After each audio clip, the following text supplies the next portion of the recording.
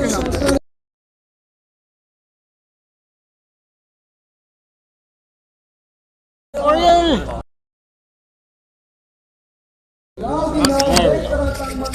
you can just hold it or clip it to your coat, whatever's easy for you. Oh, it's okay. I'll hold it. Yeah.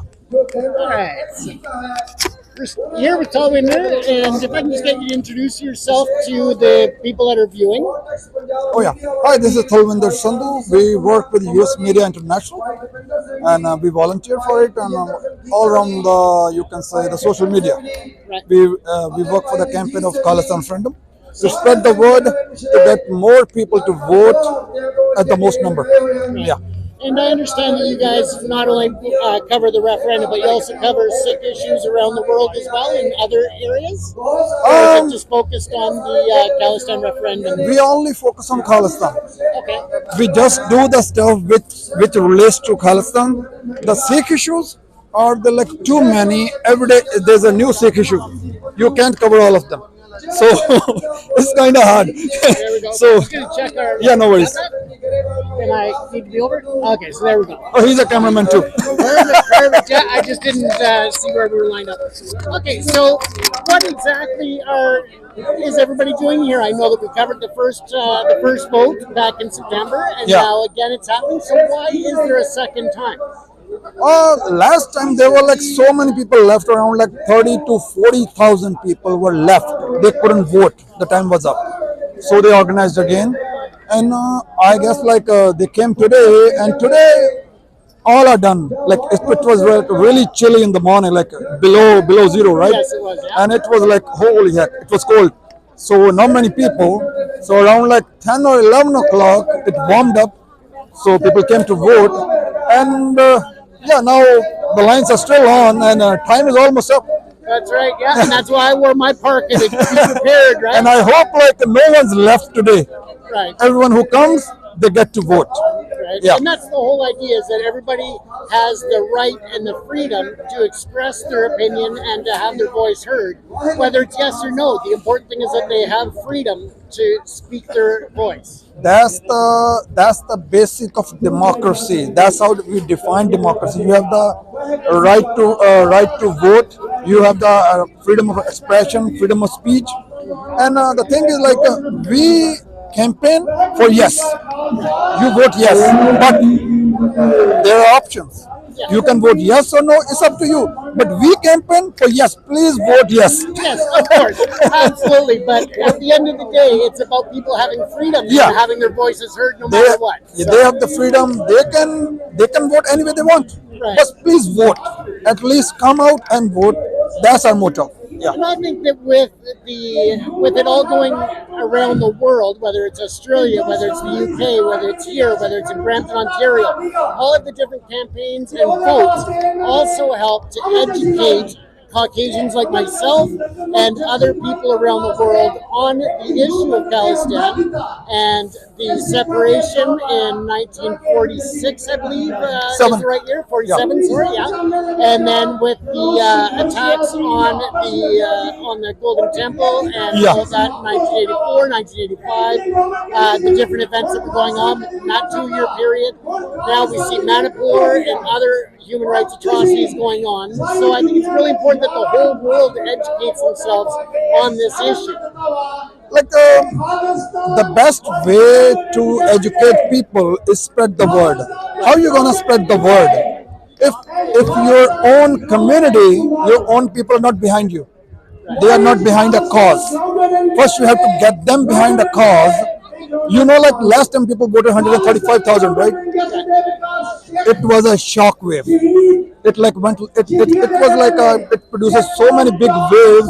All the media, the mainstream media, all the governments, they were like listening. They were looking. What the heck happened? How many people got together? Holy, that's a big number, right? That's how you create a sensation to get people behind it. So it's about the awareness, right? So now, what has happened in the media? I'm talking about the mainstream media. We Sikhs, when they talk about India, they don't talk about us. They talk about Indians. When they talk about Sikhs, It's Sikhs. That's the best thing that ever could happen to us in the media. Right. People came to know the people of the world like Sikhs are not Indians. They do not consider them Indians. They are Khalistanis. They consider their nationality is Khalistan.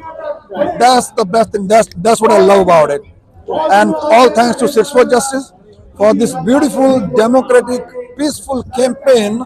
So anyone could join it.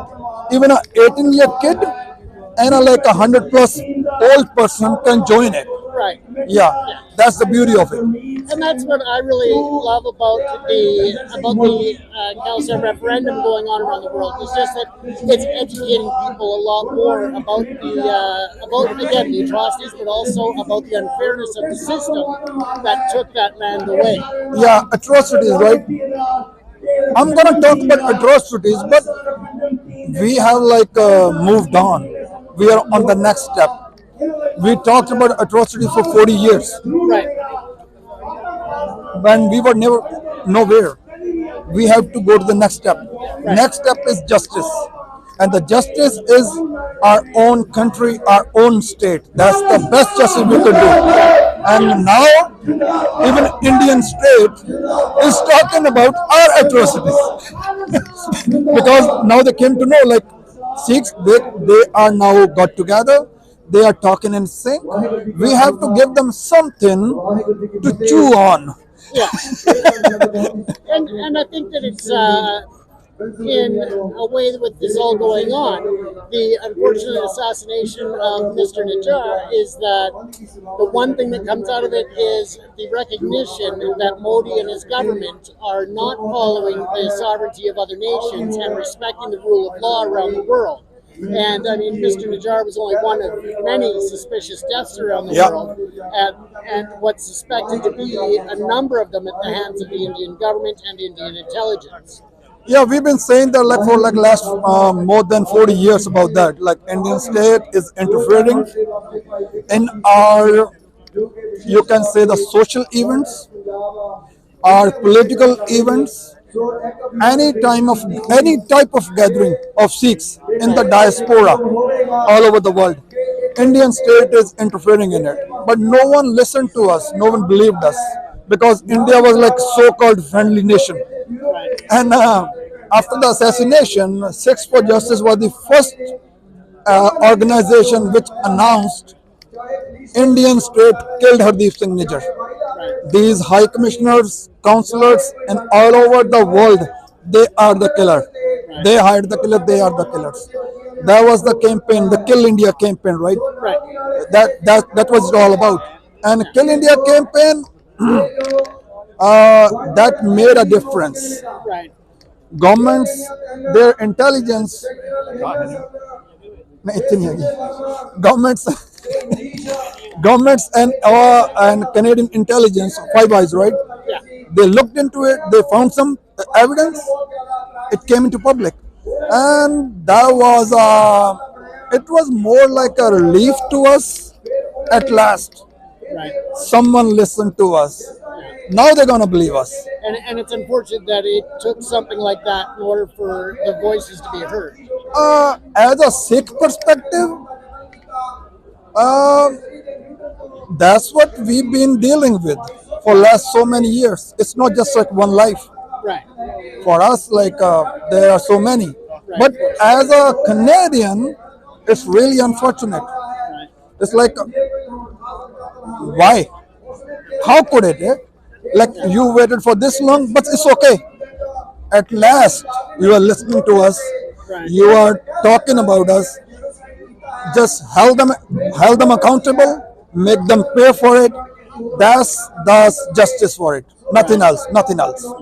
Okay, excellent. Well, I appreciate you taking time to speak with me today. I'm sorry we don't have a lot more time. I want to catch a bunch more footage before everybody's all done. No worries. But we'll look forward to seeing you at other events as well, and hopefully things move along. Yeah, I listen to you on Twitter. There you go. Twitter and TikTok, you can find me all over. We are Sikh narrative. Yeah.